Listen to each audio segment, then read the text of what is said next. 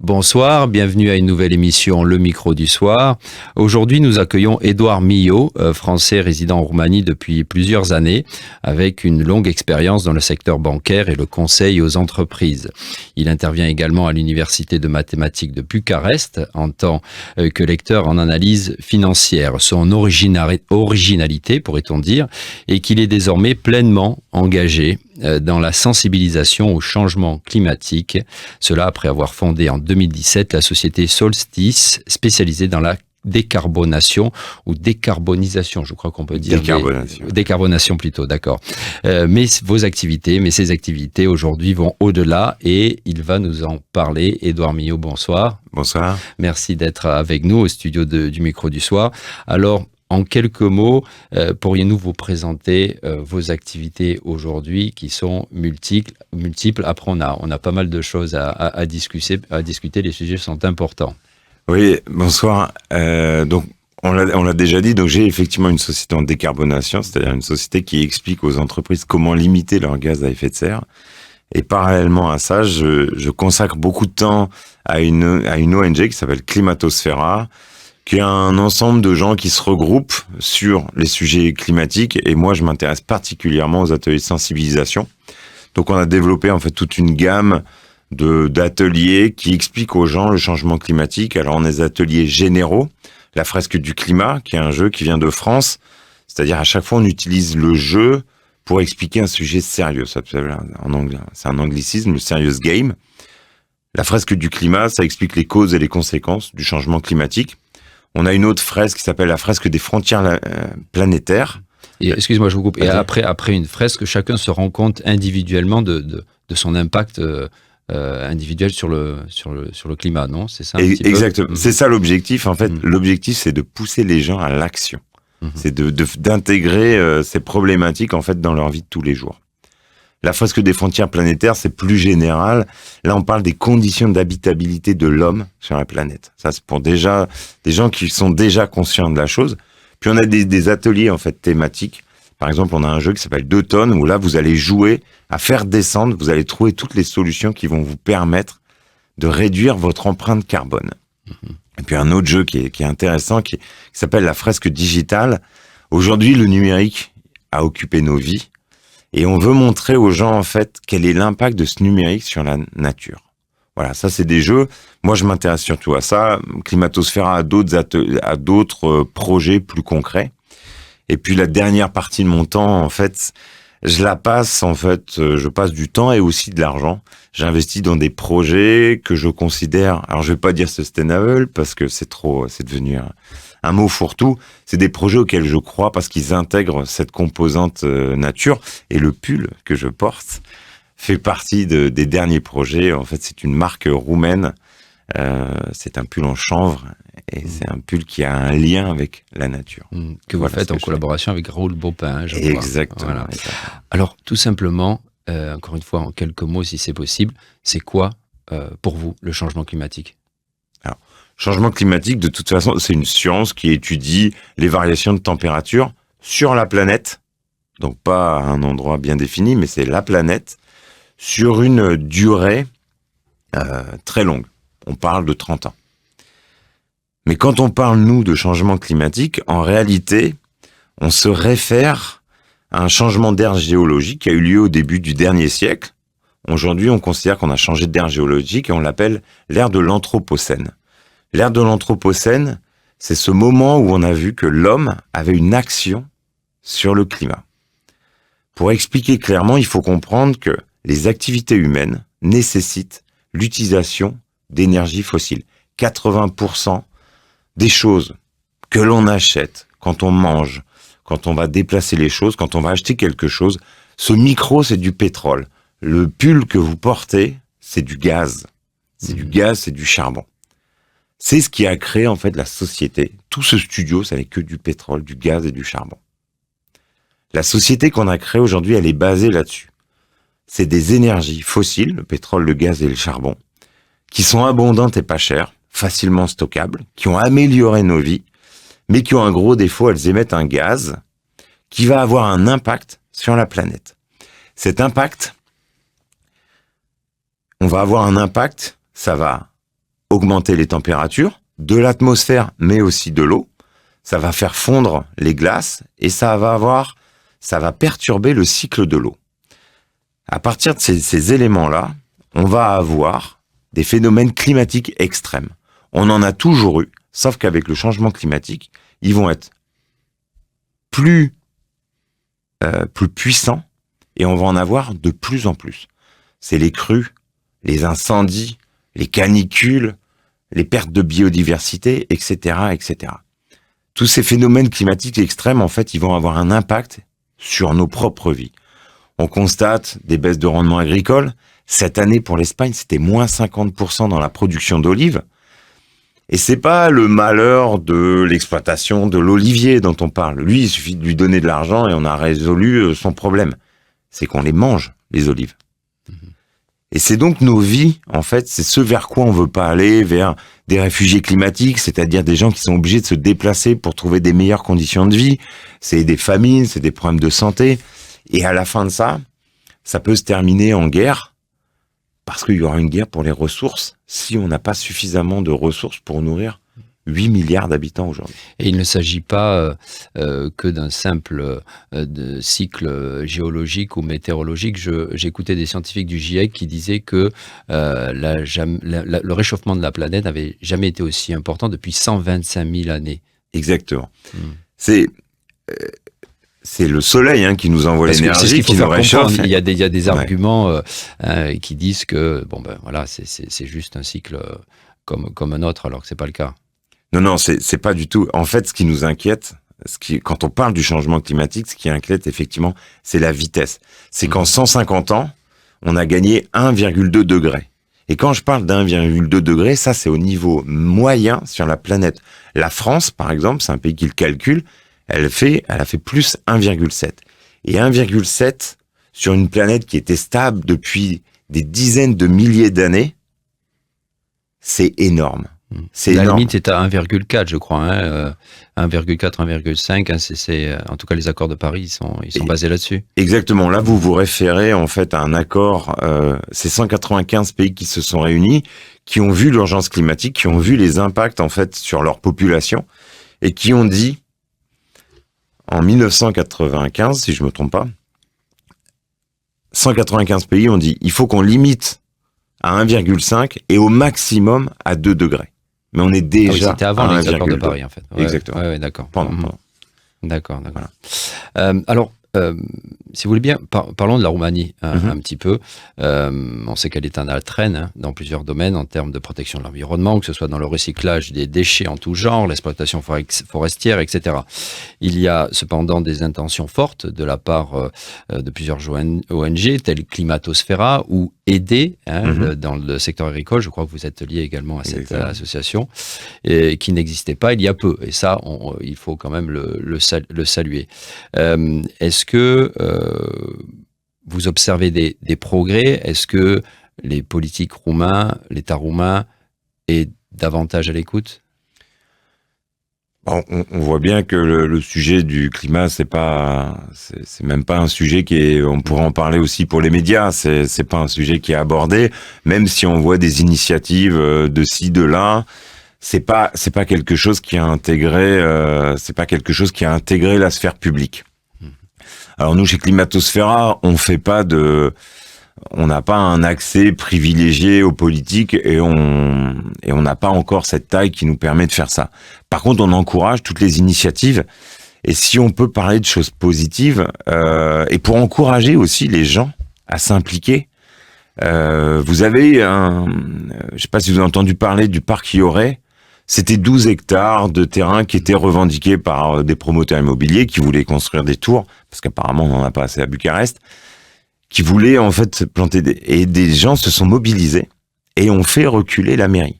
Ça veut dire qu'on voit en fait... C'était l'année dernière, ça, non? Non, c'était la semaine dernière. Ah, pardon, excusez-moi. Non, le problème, il date de l'année dernière, mais le résultat concret, c'est qu'aujourd'hui, la mairie du secteur 3 a reculé, la mairie générale de Bucarest a elle aussi avancé. Alors bon, après, on va laisser les politiques se battre entre eux. Par contre, ce qu'on voit, c'est que donc c'est une femme formidable qui s'appelle Roxana, que j'ai rencontrée la semaine dernière, qui s'est battue, qui a réuni des gens. Elle a même pas créé d'ONG. Simplement, ces gens, en occupant le parc, ont obligé les politiques à bouger. Et c'est là le message qu'on peut faire passer aux auditeurs, c'est de dire, vous voyez que quand on est peu, quand on est tout seul, on se sent inutile, mais on voit qu'en fait, les actions communes ont un sens. Voilà. Et chez Climatosphera, si on parle maintenant de la Roumanie dans son ensemble, vous avez parlé de choses effectivement qui sont en retard, mais la Roumanie est en avance écologiquement. C'est un pays qui a plein d'atouts écologiques. Je vais vous en donner des techniques. C'est un des meilleurs mix énergétiques d'Europe. 42% de l'énergie qui est utilisée en Roumanie, c'est de l'énergie renouvelable. De l'hydro, du solaire, de l'éolien. Quand vous dites mix énergétique, qu'est-ce que ça veut dire exactement ? Exactement. C'est comment on crée de l'électricité, c'est-à-dire l'énergie qu'on va utiliser. C'est comment je vais créer de l'électricité. En fait, je vais utiliser des barrages. Je vais mettre de l'eau, je vais la faire couler, je vais faire tourner des turbines. L'éolien, c'est avec le vent. Le solaire, c'est avec le soleil. Et la Roumanie a aussi 15% de son énergie qui vient du nucléaire, qui est une énergie complètement décarbonée. Et il lui reste un résidu, effectivement, de charbon. Et puis, bien sûr, elle utilise du gaz. Par contre, on sort de ce calcul dans les 42%, on sort tout ce qui est l'énergie pour tout ce qui est transport, le pétrole, etc. Là, c'est des sommes, là, tout de suite. L'électricité, c'est qu'une partie de l'énergie. Mais quand on parle du mix énergétique, c'est de cela dont on parle. Donc, c'est un pays qui a cet avantage-là. Ça veut dire qu'une entreprise qui veut décarboner, elle peut regarder la Roumanie, parce qu'une entreprise a besoin d'énergie, elle peut regarder la Roumanie comme un atout. L'autre chose, c'est que c'est le pays d'Europe qui a la plus petite empreinte carbone par habitant et par an. C'est-à-dire qu'un Roumain, il émet en moyenne 6,6 tonnes de CO2 par an et par personne. Ça veut dire aussi que quand vous allez embaucher ces gens, quand vous allez calculer, quand vous êtes une entreprise et vous calculez, vous bénéficiez aussi de cette faible empreinte carbone. Et le conseil qu'on peut donner aux politiques, c'est de mettre en place l'ensemble de ces calculs. Aujourd'hui, ce que je viens de vous dire, c'est un sentiment personnel. C'est qu'on voit que les gens ont encore un lien avec la nature, on voit qu'il y a des intérêts, mais c'est pas calculé. Il faut le calculer. Et c'est ça c'est de ça dont les politiques doivent s'emparer. L'empreinte carbone est calculée, mais il faut davantage. Et elle est calculée au niveau européen. On aurait un intérêt à le calculer, nous, pour la Roumanie. On prend toujours des normes européennes par facilité, mais est-ce qu'on n'a pas un intérêt ? Parce que ces 6,6 tonnes, ils sont quand même obtenus, sachant que la Roumanie est un pays producteur d'énergie fossile. On produit du gaz, on produit du pétrole. Et ce qui est dommage, c'est qu'on s'empare pas de cette question et qu'on n'a même pas le droit au débat. On sait qu'on a trouvé du gaz en mer Noire. Ce gaz, on n'a même pas eu de débat. On n'en a même pas discuté. On s'est pas dit, est-ce qu'on y a un intérêt, en fait ? On a juste dit, on a eu quelques chiffres qui sont sortis. Les gens qui avaient un intérêt ont dit que ça allait rapporter 30 milliards d'euros au PIB. Pour les gens qui s'intéressent à la question, on sait toujours que c'est pas parce que tu es un pays producteur que tu vas forcément être un pays riche. L'histoire l'a déjà montré. Et puis surtout, on voit qu'on s'est même pas posé la question de l'incohérence. Au même moment où on trouvait ça, la mairie de Cluj annonçait qu'elle allait retirer l'autorisation de poser en fait des centrales au gaz dans sa ville. Donc est-ce que ce gaz va être utilisé? Est-ce qu'il va être exporté? Je remets pas en cause le projet, je remets en cause le fait en fait qu'on se pose même pas la question. On a eu quelques interventions des grandes ONG type Greenpeace ou Bankwatch, mais très peu de questions en fait se sont posées là-dessus. Et la question c'est, est-ce que la Roumanie a vraiment un intérêt? La Roumanie, est-ce qu'elle a calculé son potentiel en éolien? On a une mer, l'éolien offshore, tout le monde sait que c'est un énorme producteur d'énergie. On est dans un pays au sud. Le potentiel solaire, il est énorme. Et c'est toutes ces questions-là, en fait, j'ai envie de dire aux politiques, intéressez-vous à ça parce qu'en fait, c'est l'avenir de votre pays. C'est ça qui va attirer les entreprises. Mmh. Parlant d'entreprise, alors la grande question, c'est précisément avoir de la croissance tout en préservant l'environnement. Selon vous, est-ce possible? Alors ça, il faut revenir au rapport Meadows de 1962. Meadows, c'était un de ces économistes qui avait dit la phrase suivante: croire à une croissance infinie sur une planète qui a des ressources finies est une aberration. Et aujourd'hui, on voit que les flux physiques, notamment en Europe, commencent à baisser. On se demande si on n'est pas au bout de ça. On a fait l'efficience énergétique, on utilise de moins en moins d'énergie pour utiliser la même chose, pour produire la même chose, etc., etc. Mais on a aussi une énorme gabegie énergétique dans toutes nos sociétés. On chauffe à 24 quand on a besoin de chauffer à 20, etc., etc., etc. Donc, croire à la croissance infinie, c'est pas... les gens comme moi vous diront que on ne sait pas combien de temps ça va durer, mais a priori, plus grand monde y croit. Par contre, ce qui est intéressant de discuter, c'est la répartition des richesses. Cette croissance, elle amène un profit, ce profit doit être réparti. La répartition des richesses, là, c'est un autre sujet. Puisqu'on voit bien en fait que il y a un chiffre à savoir, c'est 10% des plus riches émettent 50% des gaz à effet de serre. Les gaz à effet de serre, c'est les fameux gaz qu'on émet quand on utilise ces énergies fossiles. C'est les gaz qui vont réchauffer en fait la planète.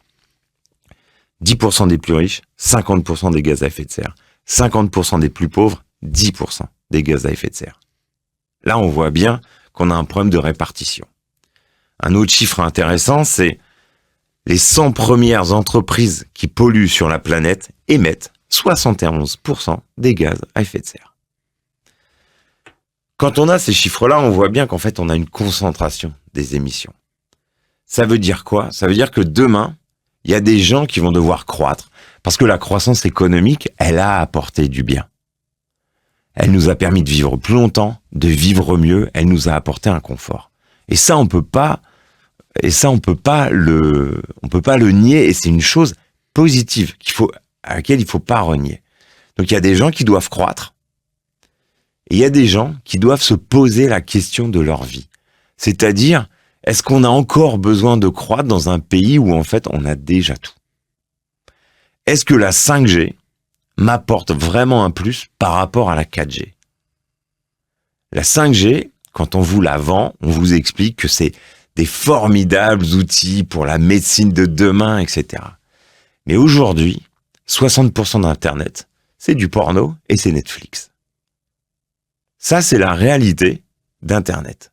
Donc quand on vend la 5G en nous vendant, il faudrait au moins que le débat ait lieu et que ce débat évite d'être trop passionné, en fait. Et puis c'est ce que vous disiez sur la numérisation, elle a des implications aussi physiques importantes, comme les énergies renouvelables aussi. Hein. En amont, il y a quand même des conséquences qui ne sont pas tout à fait positives. Alors, précisément, par rapport au concept qu'on entend très régulièrement de sobriété, est-ce que c'est vers cela que vous personnellement, vous avez envie de tendre et est-ce votre message? Quel est votre rapport avec ce concept-là de sobriété?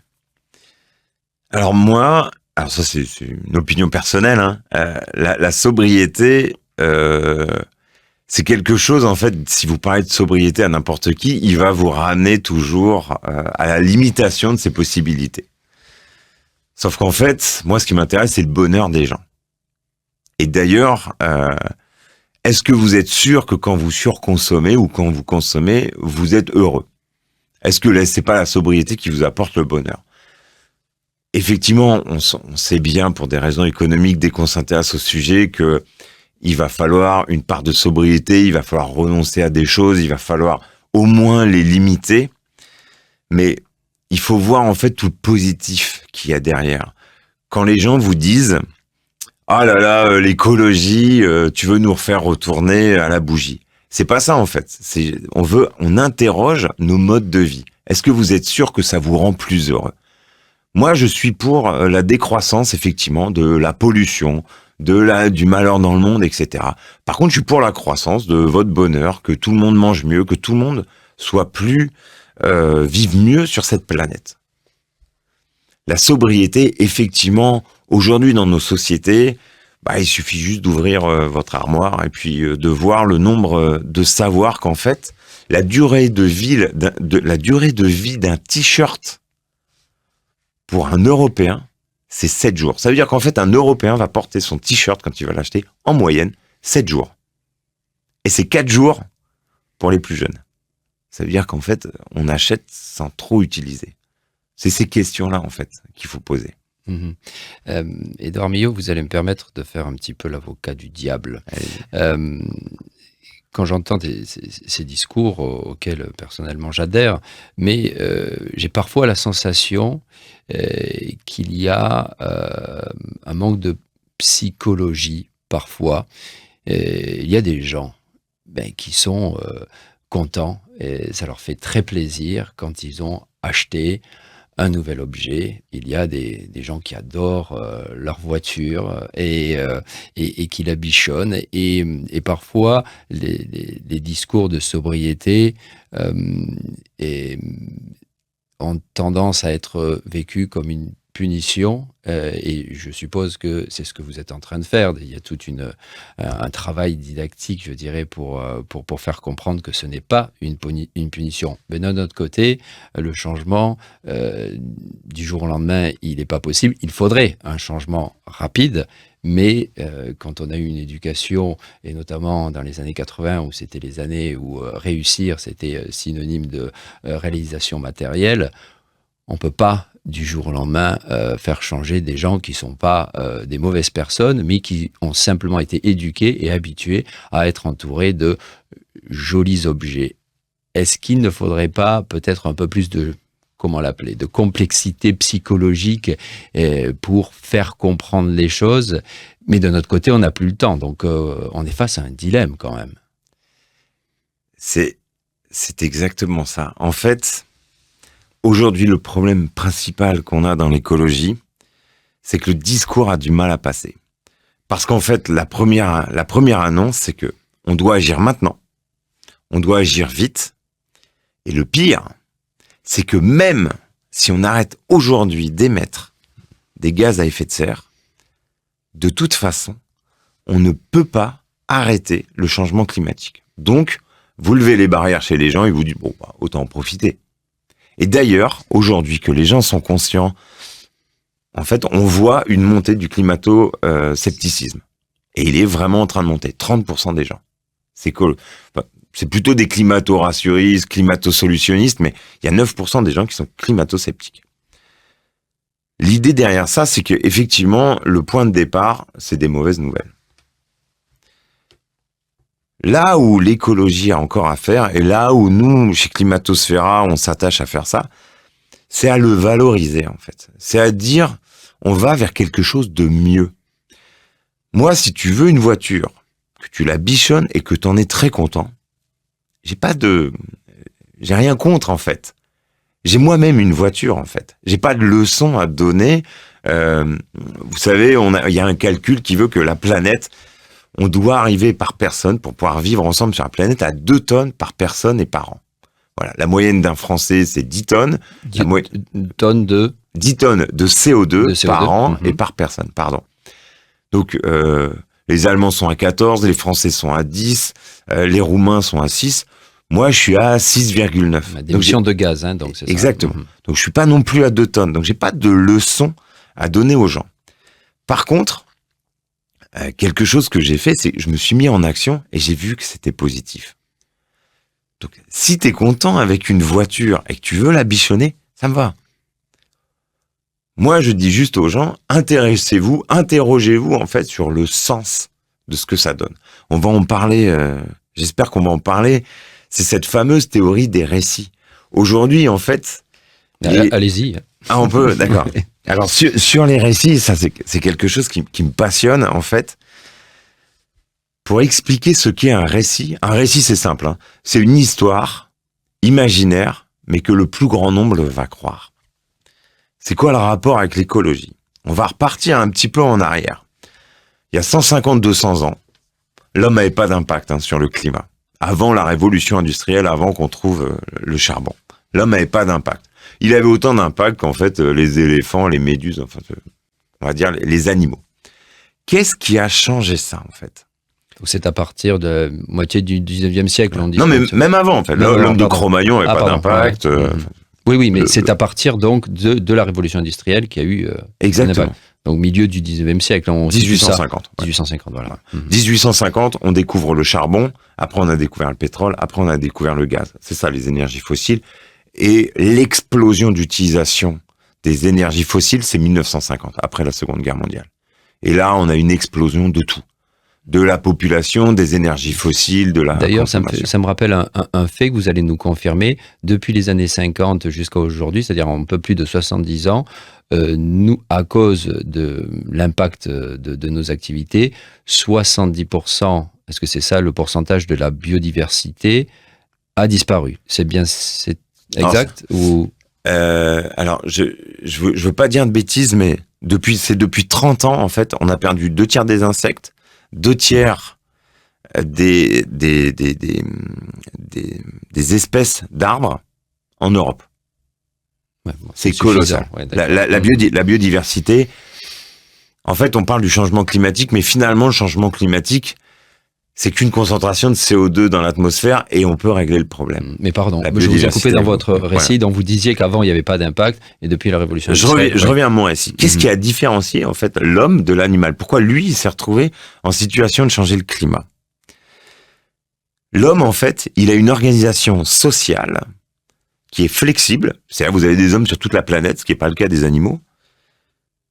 Et il a une organisation qui est complexe. C'est-à-dire, il sait collaborer en grand nombre sans avoir besoin de se connaître. Ce qui n'est même pas le cas des animaux qui, eux, vivent en société. Les chimpanzés, les loups, etc. vivent en société, mais ils se connaissent, en fait. C'est des petites sociétés.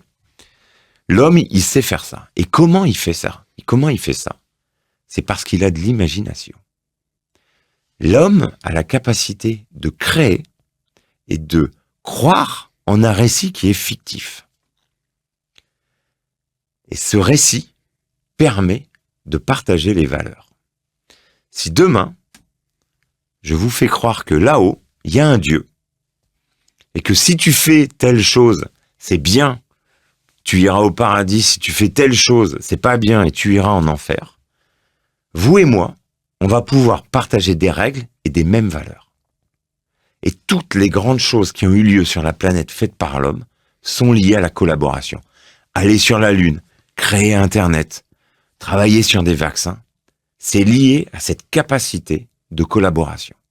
Et c'est un pouvoir énorme. Je crois que c'est ce que dit d'ailleurs l'historien israélien qui a écrit Sapiens, non? Exactement. Ça, hein? Harari. Voilà, merci. Ouais. Exactement. Ça vient de lui. Mais c'est le prochain livre qu'il faut lire d'Harari qui explique ça encore mieux. Mais j'ai oublié le nom, c'est pour ça que je le dis pas. Et en fait, quand il explique ça, il vous explique en fait l'un des récits dominants actuels, c'est le récit économique. Le récit économique, il a démarré dans les années 50, c'est Samuelson qui a expliqué aux ingénieurs en fait, en leur faisant des dessins, et on a fait croire que l'économie est une science. En fait, l'économie est un récit. C'est une convention entre nous. Si je prends un bout de papier avec un chiffre dessus et que je vous le donne, vous allez accepter de me donner des carottes. D'accord ? Parce que vous savez qu'en fait, vous avez une convention qui fait qu'avec ce bout de papier, vous allez pouvoir aller acheter autre chose dont vous avez besoin. Vous pouvez pas le faire avec un lapin. Lui, il sait qu'il a besoin de la carotte pour manger. C'est ça qui va le faire vivre. Le bout de papier, il peut rien en faire. Donc, il va le refuser. Et ce récit économique, aujourd'hui, il est dominant. Et dans ce récit économique, il y a deux choses. Il y a le fameux Homo economicus qui dit que l'homme est rationnel, il va maximiser sa satisfaction avec un minimum de coûts. Et il y a l'autre chose qui est dominante, c'est l'accumulation de capital, de richesse. C'est le capitalisme ou le libéralisme. On donne le nom qu'on veut. Et ce qui est intéressant, c'est de voir qui est à l'origine de l'économie. C'était le philosophe écossais Adam Smith au XVIIIe siècle, qui avait quand même dit, de toute façon, l'homme n'est heureux que s'il est aimé par ceux qu'il aime. Et bien le capitalisme, en fait, il s'est emparé de ces deux choses et il a créé la consommation. Ça veut dire quoi? Que quand vous et moi on déprime, quand on perd notre job, quand on se sent moins sûr de nous, ben on va refaire notre garde-robe. On va acheter une voiture. Et c'est cette consommation, en fait, qui va nous donner ce sentiment de satisfaction. Si tu achètes telle voiture, tu seras plus aimé. C'est pour ça qu'on brique notre voiture. Donc, ce que vous êtes en train de dire, c'est qu'il faut, en fait, il faut utiliser ça pour créer un nouveau récit. Exactement. C'est ce récit-là qu'on doit changer. Et au début, je vous ai dit que j'avais investi. Ce pull en chanvre, il est un nouveau récit. Qu'est-ce que c'est en fait ? L'économie du textile est une horreur écologique. J'ai pas tous les chiffres, mais juste sur la partie climat, c'est 3,2% des émissions. C'est énorme juste pour un pull. Faut que les gens se rendent compte que 3,2% des gaz à effet de serre sont liés en fait aux vêtements qu'on porte. C'est des chiffres qui sont incroyables.